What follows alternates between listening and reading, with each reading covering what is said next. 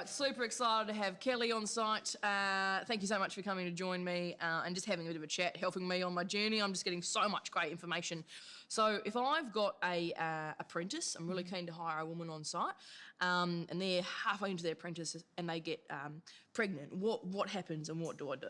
Yeah, for sure. So I think I'd begin by having a conversation with her and just talking to her about what she feels comfortable with, and be guided by her and the advice that she's received from her midwife. And if you can sort of think about it in terms of, you've probably had other employees that might have had an injury and they've had to have adjusted tasks and duties, you were able probably to be able to accommodate that. So it's no different with those changes around pregnancy as well. Great. Okay, that makes total sense. Like, I've got a bit of a dicky back, and at times in my career, like, I've just gone lighter on the tools.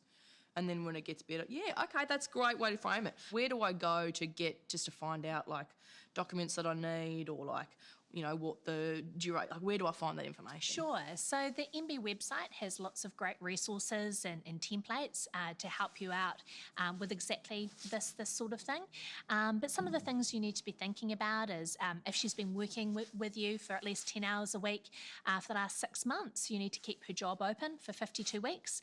And also the government will come to the party by paying her for 26 weeks of paternity leave, which is great. And in terms of her apprenticeship, she doesn't need to stop and cancel her apprenticeship. She can put that on hold while she takes some time out to look after bubs. And also she can be keeping on top of some of the book work. So still diving into those resources and carrying on her learning that way.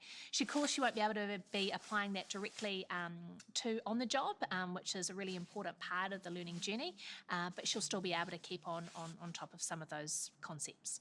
What's it like? Do you think women are kind of, if they get a bit of support during that time, they're going to be committed back to the employer? Yeah, Definitely. I think and a supportive employer is really key for women wanting to start a family. And, you know, an employer is supportive of a woman taking some time to be able to have a baby without that stress and anxiety.